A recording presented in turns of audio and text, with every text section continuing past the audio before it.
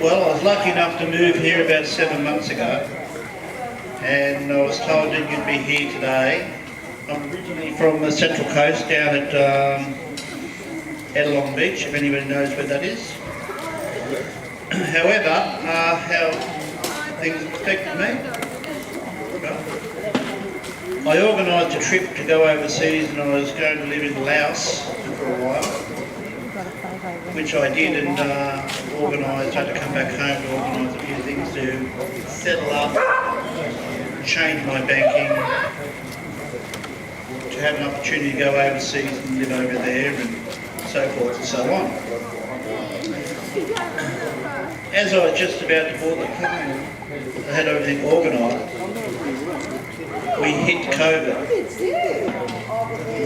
Then I couldn't board the plane, and I spent another 3 or 4, actually 5 months trying to get another plane out of the country, which took a long time. And I eventually got on the plane, got into Laos, but that disrupted everything, as you can imagine. I'd sold my place, I shut my business down. So once I was over in Laos, I was doing work over there, and that closed down. Then I found myself. What was it like in Laos? Was it the same as here? Did they shut everything down? Or was, you know, the news telling all one story? Was it all the same? Well, the news that we were told in Australia, and the actual fact of being in Laos, there was no COVID. There was completely shut down. There was just none. But I was hearing on the news there was COVID all through Australia and other countries. And about 4 months into the COVID lockdown, there were 2 Hercules US jets that flew in, you know, those really big, yeah. They were full of vaccine. And I couldn't understand it because it's a communist country for starters, and China's there, right? And I was working for Chinese, I couldn't understand why the American... the American and the Chinese work together? No, but they were giving vaccine to Thailand, Laos, other countries, free vaccine. After the vaccine was distributed, good timing for that bike. As it was distributed, what had happened was we started having outbreaks all through the country after having the vaccine. So what you hear, what you see, and I've experienced it. Yeah. That's my experience. Yeah. It took another 3 or 4 months, let's say 3 or 4 months to get back to the country. In the meantime, I've come back, bearing in mind things progress. Like we're talking about nearly a year on now, right? And I've come back to start up work or enjoy myself up. Can I ask what work you do? I've controlled major contracts, major building. I've done huge, like RSPCA, $50 million contract, that sort of thing. I'm involved in the design and that sort of thing, and construction. So I comes back to the country here, and I get locked up at Sydney, and then I had an option to go back to the Central Coast. It was closed down, so I couldn't see my mother, so I ended up coming up to Hervey because I'm a motorhomer anyway, so I came up here and bought a place. The trouble is, I have to do some work. So because I extended time out of the country, and the banking system's really, I think most people know, the banking system's pretty sort of tight. If you don't have any income in Australia for 2 years of taxation papers, so if you earn money out of the country, it's not counted. If you earn money in this country, you can borrow money. bearing in mind my company's been 35 years old or more, and I had a terrific record, those sorts of things, but I was told I couldn't borrow any money at all because I had no Link. taxation, yeah. Didn't matter that I might have had it in the bank or whatever, or I own my own place and own my own car. That didn't matter. It's how much you earn is how much you can borrow. So as for your past history, it means nothing in Australia. So anyway, we're off the point, but Someone is interested to know, do you think Australia is becoming a third world country? Australia is becoming a third world country. Overseas, you've got so much luxury and freedom. Bearing in mind, I haven't been over. That was that last 12 months. I've been overseas for the last 5-6 years, and you have a lot of freedom. You have some of the best hospital systems, shopping centres, cheap travel. So what you used to be able to do here, you can't do it anymore. You've been restricted generally with your fuel prices, just the way the banking system's set up. You have to work, you can't just retire. And I mean, in the meantime, we've had some beautiful beach areas up the coast, which you used to be able to park on the beach for free. But now what's happened is they've been, over the years with the councils, they've been putting boulders along the coastline. This is over the last 15, 20 years I'm talking. I've seen them do it, so I've done some fair serious travel around Australia. And I can see what's going to happen, me being in development, and plus a lot of the caravan parks have been sold as for retirement, 55 years and over, so you're restricted out of caravan places you can go to, the cost has gone up, so you go to retire at the age of 55, 60 or whatever. You see those ads in the paper or on the TV, holding your partner's hand retiring. Well, that's just a myth in most cases, right? You travel now and you're hunted away, you just can't park where you like. I think most folks would probably know that anyway. You'd know that, you travel, yeah. So, the way things are now, it's unfortunate. I've attended for quite a few rallies, but it seems to be, to my opinion,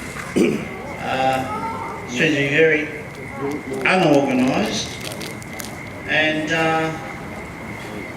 the voting system, what's happened just recently is just a bit of a shock all round, because it just goes to show you just can't change the system. It's just full rigged, that's how it is. But yeah, so any other questions? No, how do you think we're going to move forward? What would you suggest? Me moving forward? Us moving forward as a country to get somewhere better or to some other place. You mean the Australian? How does the Australian public, the Australian culture, move from the shitstorm that you just said to somewhere where there's more freedom and a better place? How would we do that? Well, probably impossible, because we're all controlled by the American system, and unfortunately the way it rolls is what America wants, America gets, because they run this country anyway. Our Prime Minister's really just puppets. So unless you actually broke away and become a more independent sort of nation. Do you think that's the way to become absolutely a proper republic? Well, I think so, because you've got, you're in this country and you've got to look after this country. You can't be in every other, can't have a foot in every camp, as the saying is. So, to me, you're in. Can I ask, if anyone's on their phone, could they get off their phone? Because I think our thing's being interrupted. Otherwise, we might have to just record the show and upload it later. We've just got very poor reception here because we're in the centre of a big town, so why would we have Wi-Fi? Yeah, I know. Welcome to Australia. Yeah, so going back to Australia, like in an idyllic world, I mean, the way it was in the past, where you had sort of farmers with their kids growing up on the farm, the milko, the old milko, and Oh, yeah, we can't go. I know we can't go back to that, but at the moment we are on a direction somewhere, and we're not participating in the direction. We're being led by sheep. So how do we get the Australian public to stand up and go, this is our culture, we're Australians, we want to participate in the direction? How do we do that? there's an easy way. If you can get enough people together, you just stop paying. You don't pay anything. You pay nothing. You don't pay any bills. You don't pay any, absolutely zero. Right? We've got that much land in this country. It's not funny. They call it crown land. Right? They make it unavailable for you, and up goes your prices, goes through the roof. It should be for everybody anyway. We're all born here, but that's the system. That's how it is. We're all workers. And that's unfortunately the banking system, the way that it all operates. You've actually got no hope because most of it's probably been rigged anyway. So, But I know you're saying we've got no hope. How old are you? I'm only 64. Okay, as a 64-year-old senior, you cannot offer the next generation no hope. Even if you can't change yourself, we have, and this is from a young girl in Melbourne, and it changed my life. You have a moral obligation not to sell hopelessness no matter how tight it's gripped. So even at this point of the war, that's what we've got to do. So it's very, very easy to get despairing, but if we get despairing, then why should the youth fight us? And this is our fight. We got given a free country, and we've lost it on our guard. So where is the hope? Well, the hope is, I used to think like this probably 25, 30 years ago for starters. I could see it happening. And the hope is now there are a lot more people, such as everybody's here tonight. And you've got the demonstration, so it is progressing. But I think need to be pushed more, needs to be a bit more coordinated, those sorts of things. And I think when people have enough, and interest rates start going through the roof, as the saying is, it's all manipulated, and enough people go broke. I see, and the movement just carrying on, and the people behind it like yourself. So they'll get more hungry they get, the more they'll want to fight. Well, you start losing your home, losing your dreams and your hope, and you lose your family, you lose your wife, because you have all that interconnection, stress that occurs with people, and when you're under that sort of stress. So eventually, if it gets bad enough, yes. If you remember in our time, we've seen apartheid fall, we've seen the wall fall, and we've heard about how it fell. So we've seen Yugoslavia. So we have seen regimes which look like they never fall. It does happen. That's true, but I sort of see what America's doing to China, which is a pretty big country with its it's all weaponized, and so same with Russia. So just what they're doing to those countries, they don't have to put up with it, and we're under their rule here. So we've got to sort of tend to go along with it, you know what I mean? I'm hearing what you're saying, and I'm looking what...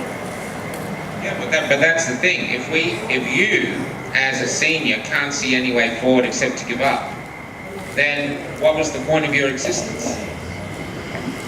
Why are you still here? Why don't you just kill yourself? Well, I'm serious, I mean it. If you're not willing to fight for the next generation, the generation after that, if you're just going to up and say it's all shit, move aside. Let the ones who are fighting fight. Well, I've always thought I'd like to be a Prime Minister, of course. We could run for that. Yeah, I do a pretty good job too. Well, you seem to be, you've had a job for 35 years, business 35 years, that's powerful. So you've got lots to offer to the community. I mean, at the moment, I'll tell you where I am. I don't know where the destination is, but I know we're all on the right path. But we've got to find the destination, and I know from Australians, you give us the destination, we'll fucking reach it. That's where we're going. Well, I'm here, and I put as much time as I can possibly put into giving sorts of advice, I suppose, or hope. Don't go but. End it there. End it on hope. You can do it. Let's talk again. We can do it. Well, good on you for coming to the rally. Seriously, good on you for fighting. And I know it's despairing, but that's how we have to do. We have to lead by example. Even if we don't believe it, we have to show. We have to lead, because this is our generation's fight. We got given a beautiful free country, and we fucked it up. I tell you what I'm really worried about. Since I've come back to the country here, I went on the unemployment because I haven't got a job, right? So I said, well, I don't want to do that. I want to work. So I went and enrolled in one of those working sort of courses. I forget what they call it. Work for the dog. It's like where they teach you. Anyway, cut long story short, I've got to have a license. If you let your license, any license lapse, you've got to go and redo the course again. So if you want to, for instance, sell a car, you've got a car license, you've got a cleaner's license, you've got a bricklayer's or builder's license. Now I'm already a builder and tradesperson. If you lose your license, you let it lapse, you've got to go and do a whole other course again. Like how's that work? Like, hello? Like, I know how to build, I know how to concrete, but now I've got to get a license, I've been told. So I go back to school at 64. That's a good country, beautiful. Just like a refresher. You've actually got to do a fairly major course. There's a lot of typing, computing, and because I'm a bit older, I'm not a computer person. I'm telephone, talking, you know, that's me, like I operate that way. Now I've got to learn to type before I can get a job. Adapt or die. So that's a bit of a problem. I just laugh. I mean, I'm okay. I'm not worried about it, you know. But I'm just letting everybody know this is what's going on in this country. Like, I don't, like, it's not affecting me that much, but young kids want to go get a job, they've got to learn the computer, and you know, you have dyslexic, you have all sorts of learning disabilities, you know. I've worked for 6 or 7 years in the handicap industry as well, right? So, you know, some people haven't got those skills, and they can't type, so they're, you know, how they You're going back to hopelessness. You're going back to hopelessness. You see, you can't help it. You're gravitating towards the darkness. We've got to gravitate towards the light. That's our job. That's our job now. Our lives are actually forfeit, I think. I think if we focus on a couple of things, like as in get rid of that silly rule, let everybody go to work, don't have to get a license, like you don't have to do that sort of extensive test, then you need to go to the ministers and attack them on certain things at one point at a time. If it's overwhelming, I'm thinking it gets lost in the wash. So I think enough people with thinking, well, that's a great idea, let's knock that on the head and attack as a group of people and knock them off their perch one by one. That's probably maybe a way you could do it, I'm thinking. Yeah, there you go. And a lot of people around Australia going after the councils, because the government is saying the councils have no power, then why are they so upset that the people are going after them? So they seem to be having an effect. Councils in the old day used to, before you'd release any land, the council's job was to do an overlay, it's like an overlay of all where the roads were going to be and the highways, the traffic lights, the schools, you know, that's what it used to be like. Now a developer comes in there and just buys this block, that acreage or this acreage, and it's all mishmash, it's not coordinated, you know, because the council's given away the responsibility and I mean, you can't even get them to sign off on your house no more, that they sublet it out to, what they call it? Going back to the hopelessness. Anyway, we're going to move on. Thanks for coming on. Thanks very much, thank you. Now the visual feed is poor, unfortunately, because of Hervey Bay, so we'll just keep going because there's an audio.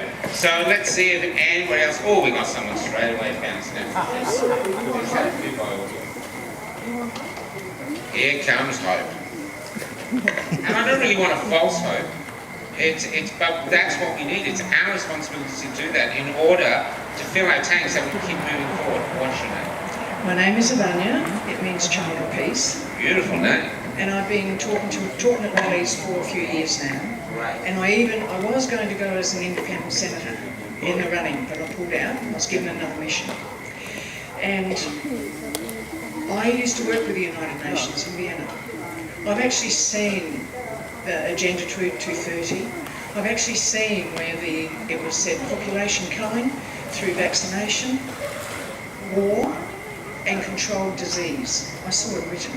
You can't find it anymore. So, and I watched how they worked in the United Nations. I watched all this bullshit and power and,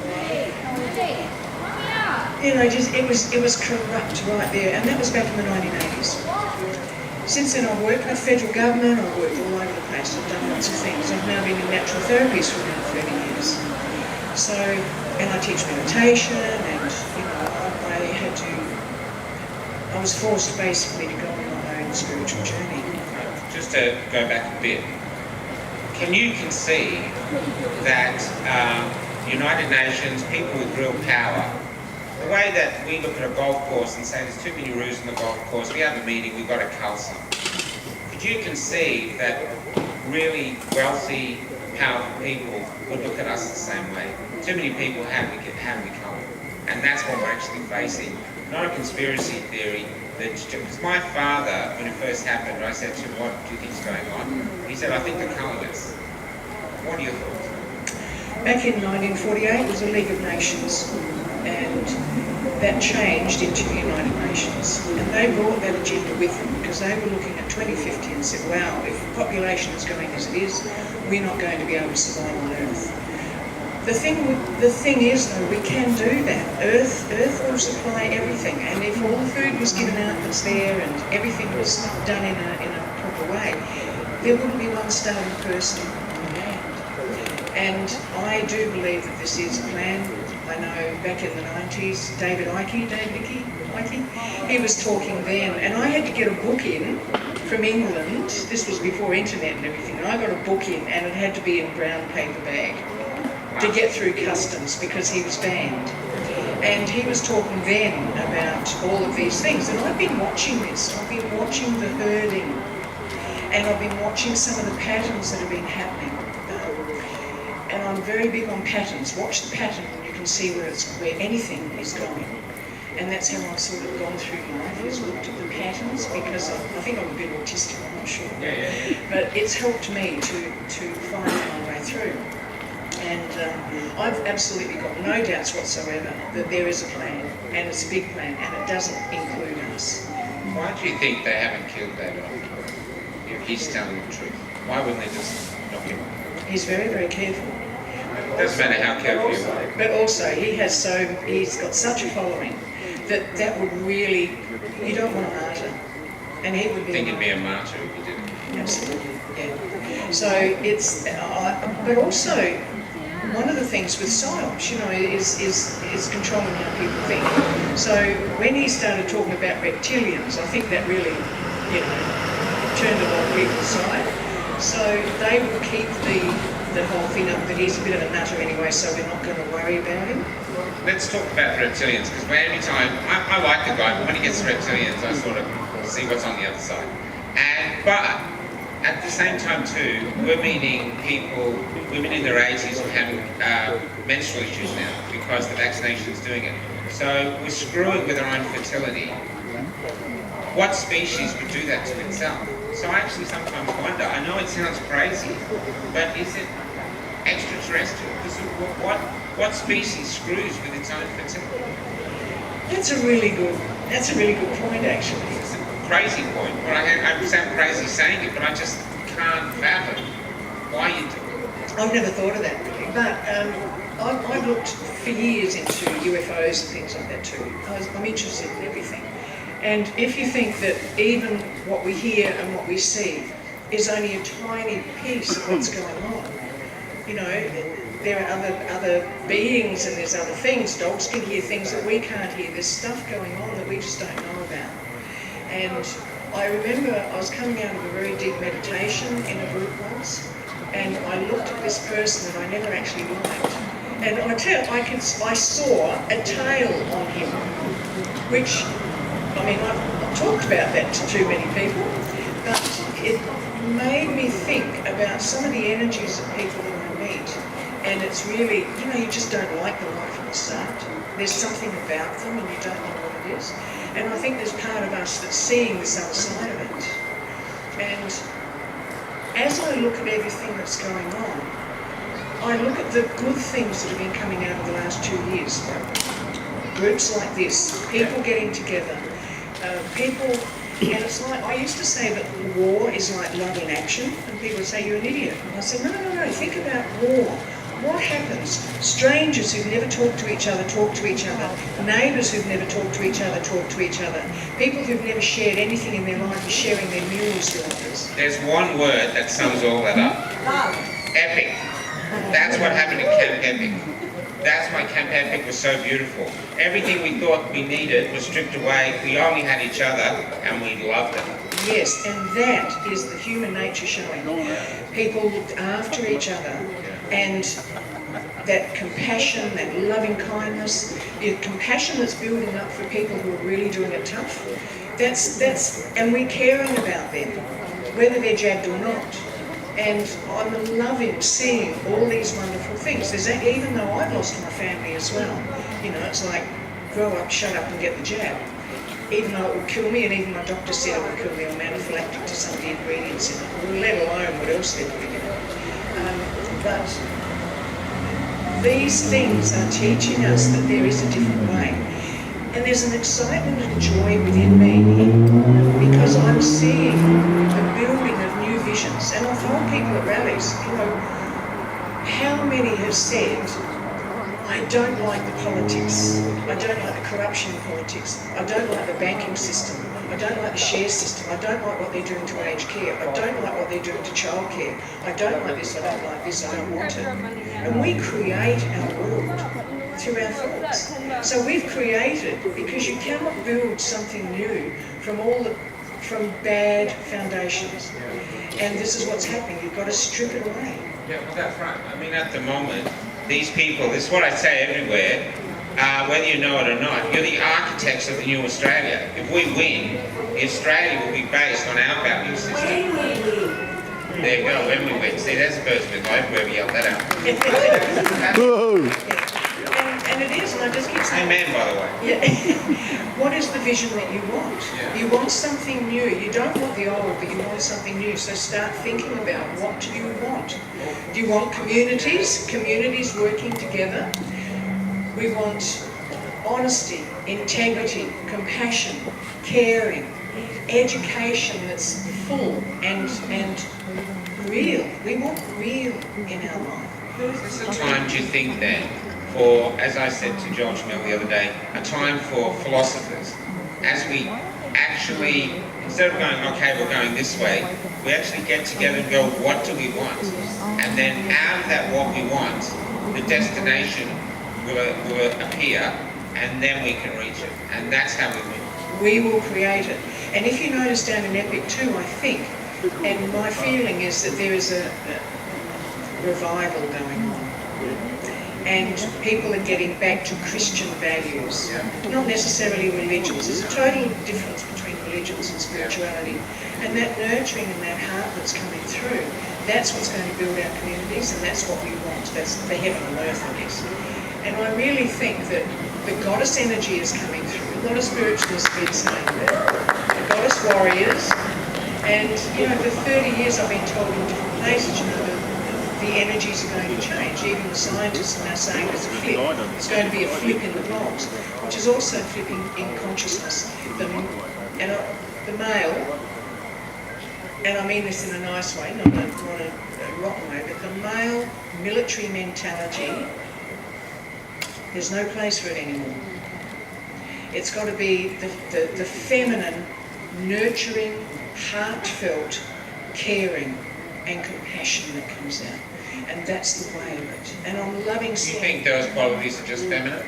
No. I was going to say, it's lovely seeing men grabbing onto that as well. And younger men, it's wonderful to see them understanding the concepts. And it's not about males and females or, you know, women against men. I used to be an activist and everything, you know. Look at years ago, I've been the first of journalism, I've been first of all sorts of things, the first female cop, you know, all sorts of things with different training and stuff.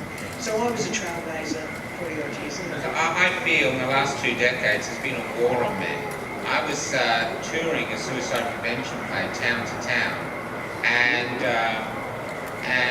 every town basically needed a shrine to the suicides, and 3/4 of those suicides were men, from young men to mature men, and that's not including the men that were drugging themselves to death, alcohol, drinking themselves to death, and nothing. And the head of Suicide Prevention Australia, a woman, I hate to say this, said, "We can't figure it out with men, there's nothing we can do." She actually said that at a national conference, and men were going crazy saying, "Yes, there is, let us deal with it our way." I actually think it's time for men to rise up like the feminist movement did, but not against women, but actually rise up and find what their purpose is in society, and not have that defined by women, but by men. I actually think that's what we have to do. That's what I think we've got to find out for.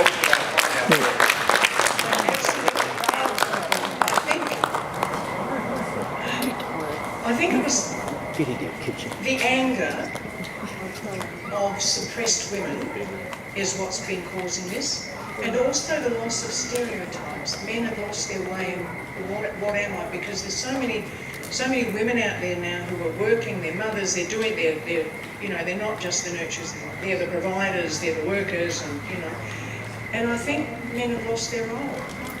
I actually think it's not just lost. Like, I interviewed a woman the other day. She's got 4 sons. She was in Cairns, and she said she saw the schooling system. She actually taught her kids herself at the end. She said the schooling system was designed to inspire women, and the men didn't feel like they had anything to do with it. My son's the same. My son, a very clever boy, just lost interest in school. And I do think maybe this has even been planned. I mean, here we are now, we're under attack, and what have they done? They've taken out the men. And I know this when I'm at marches. When we were at the Westgate Bridge, we had all these tradesmen on the bridge, thousands of them. I remember walking amongst them thinking, this is it, we've got this. And they were going every day. But they never came back. They came one day, they got threatened by their union, and they all went and got vaccinated. They never came back. So the shrine happened because they didn't come.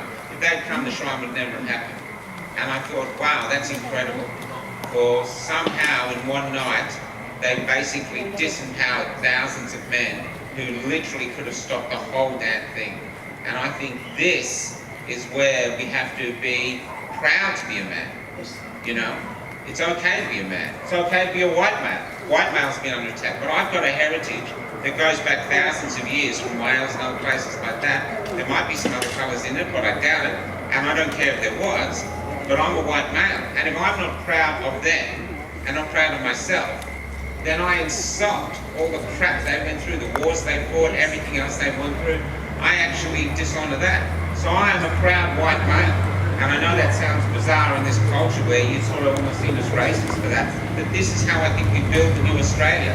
Proud to be yourself, proud to be with other people, and we move forward in honour. Absolutely, and that's, we've got to find that balance. See how silent that was? It's the balance, we've lost the balance, and we have to get the balance back. And I do believe it's happening.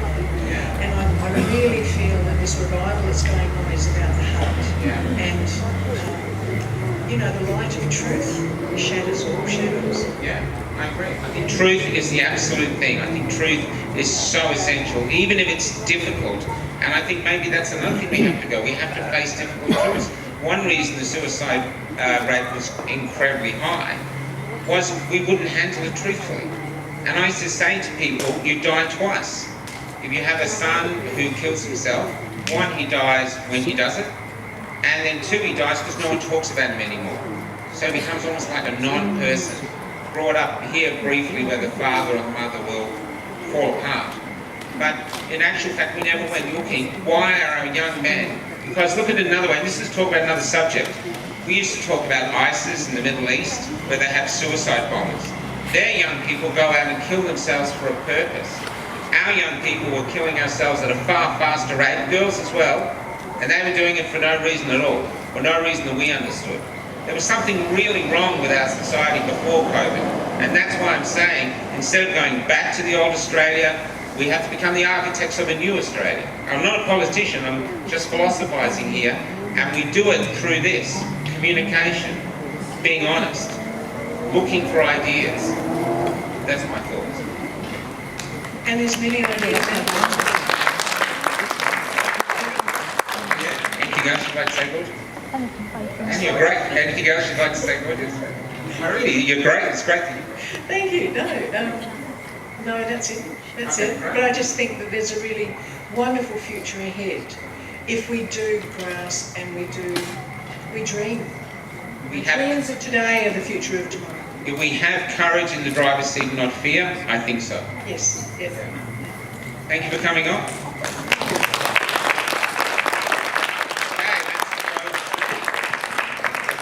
I wonder what the rest of Hervey Bay is thinking.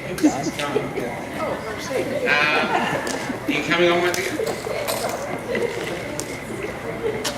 Oh, I got the same T-shirt. I'm giving to it by, yeah. I've just been wearing it for 2 days, so it's a bit sticky. You can come a bit closer. Closer. Closer. There we go.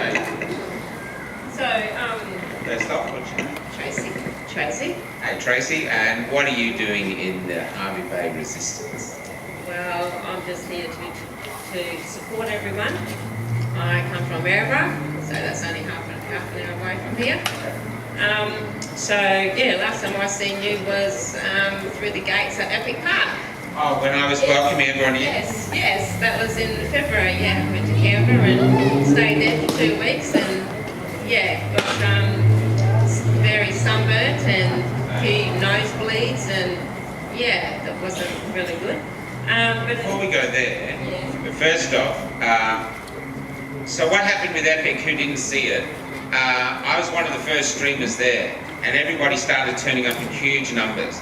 So I was at the front, sticking my camera in people's faces going, where are you from? Yeah. And then the people would say where they're from, and a growing crowd would cheer. There was so much hope. People were joyously crying out of joy. And then we had that guy turn up. Remember him? Were you there? So a guy turned up, and I stuck my camera in his face, and he had a mask on. And he said, how long? I said, what for? He said, the COVID test. And I didn't do that. I just stayed flat. And I went, oh, about 20 minutes. And just go park behind that bus. And he went up and parked behind a bus that was covered in flags, upside down flags, and had freedom written all over it. And he stood there for about 20 minutes as we were all falling apart laughing. And yeah, so that, but tell them what it was like entering Epic. Try explain it. Oh, you just can't. You had to be there. There was just. Oh no, that's not good enough. Come on. You've had an education. Use some words.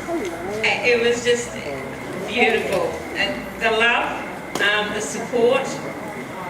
Everyone was just so friendly. You were anywhere you walked, there was just someone coming up to you, telling them their story, and then you would obviously, tell your story.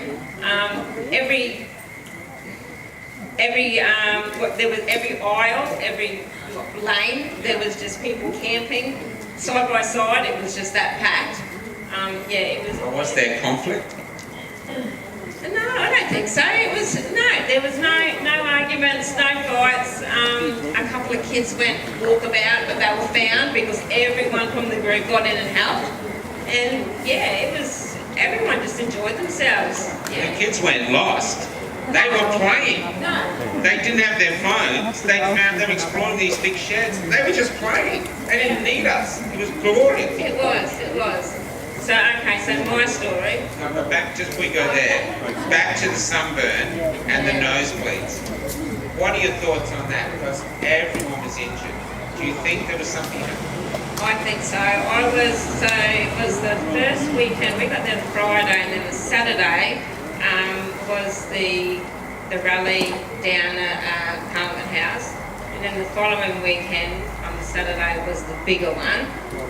I don't know if it was something over, if they sprayed us the camp, or when we were at the rally at the Parliament House.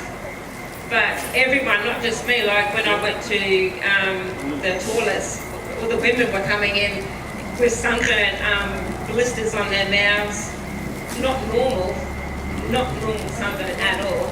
And then I suffered nosebleeds, my husband suffered nosebleeds. That's just unusual, never done that before. So I don't know if it was, how that happened. Can you remember in Epic any birds? Birds flying. I can't remember birds. It's a conversation we have. No birds, no insects. No birds. No ants, no moths. No, well that's the first time I've been in Canberra, so I don't know what sort of animals there are. But no, now that you mention that, I didn't notice any birds. Considering there were so many of us and rubbish everywhere, you'd think there'd be mice or rats or something. It's just us now, though. Yeah. Weird. Okay. Now, what's your story? Okay. So I lost my job, Queensland Health, for 15 years. I'm an administration officer. So it all started. It all started when they started saying the vaccine mandate came in. I lost my job on the 1st of November of last year. So it had taken about 6 months fighting with the union, with Red Union. I became a member. I noticed the difference because with part of my duties is working in the emergency department after hours. I walk down there with tape patients' charts and so I'm interviewing patients and whatnot. I noticed a difference with a lot of elderly and just more people coming in with chest pains. And I just thought, nah, like through the night time, we do get the odd maybe 2 chest pains, but it was just becoming increasingly more. And I just felt, something's going on. I didn't say anything, just kept on going. And then the mask mandates came in, and because I'm asthmatic, and I said no, I'm not wearing a mask. So I went to my GP, got an exemption, and that was all good. I got away with that. Can I just go back to the hospital? Were the doctors and nurses talking about the amount of chest pain people coming in? Was it people gossiping on the staff already? Yes and no. I didn't really hear. But because they were sort of saying, because this is when the vaccine came in, but they were sort of saying, oh, that's just normal, like not with the chest pains, like people might have a reaction or a sore arm or, I just thought, no, there's more to it than that, that's just, no. I felt I couldn't say anything because, I don't know, in case I got in trouble. Lost your job? I didn't want to do that. So the mask mandates came in, I got away with that, and then I got sick, and then you had to go get your swab test. I'd done that twice, and I got sick again, and they said that I have to go do another one.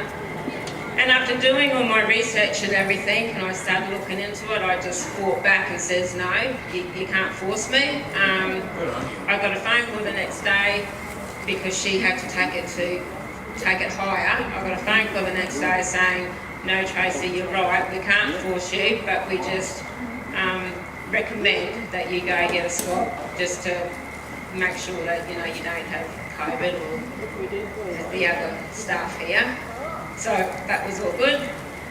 And then the mandatory mask came in, and then I I had to wear a mask. I first went to my GP and says, look, it's happening again, I need an exemption. And then it was weird because he says to me, well, no, I can't give you an exemption. And I says, well, why is that? You gave me one a few months ago, but so why can't you give me one now? And then he just said, look, it's a fine line where the GPs have been told he can no longer do it. And I was, yeah, okay. That was fine. So I wore a mask for 2 weeks, and then, that was around the 1st of November, I lost my job. I couldn't come back I work at Maribor Hospital. Have you been sacked before? No, never. So that went on for 6 months. So you're a good employee? Oh, yeah, I'm loyal, a good employee. You're a loss to the community. Yeah, I always turned up on time. I always stayed back to overtime. I'm there. I work 76 hours a fortnight. Holidays, public holidays. I rarely see my family. To lose my job. So that the union fought it for 6 months. I got terminated officially on the 1st of April of this year. So that's it. Really. After that, so I've been doing anything for work now? Well, so I've been looking for admin work. I've handed out like 30 resumes in Maribor. Finally started getting a few interviews, right? And the first thing, my question was, before we start, what's your vaccine policy? And they says, well, no, we're not going to force you on having a vaccine. And I says, great, continue. So you started? That's my start of my interview. Otherwise, if they says, well, no, vaccine, I was planning on just walking out. But I didn't have to do that. It was a bit weird, not once. But anyway, they ended up thanking me, after telling my story, they ended up thanking me for leaving Queensland Health after 15 years. So I was just so proud. It was really good to hear them say that. So there's a lot of people, people just think going to employers trying to get a job that you have to be vaccinated. You don't. There's a lot of employees out there that are willing to employ you. The vaccines are not mandated, so don't give up. Keep trying. And so, I now have a job. Yeah. So. That's great. Yeah. Excellent. I stood my ground, and to this day, for being terminated, I will still stand my ground. I went into a GP here in Maribor not so long ago. I had to have a skin test done. I walked in. Have you got a mask? No. Okay, I'll go get you a mask. No, thank you. Well, it's policy. You need to wear a mask. I says, are you not going to are you not going to serve me? Like, are you not going to treat me? They says, it's our policy, you have to wear a mask. I says, no. So they called me GP, and he says, they asked him, will you see this patient? And he said, yes. So I went, and they said that. So I went, sat down in the waiting room, no mask, and everyone else in the waiting room with the mask. Beauty. So I'm just going to stand my ground, and I'll keep standing my ground. Architects of the future, we can build a new Australia on this sort of integrity and this sort of strength. This is how we go forward. You're the hope. Thank you.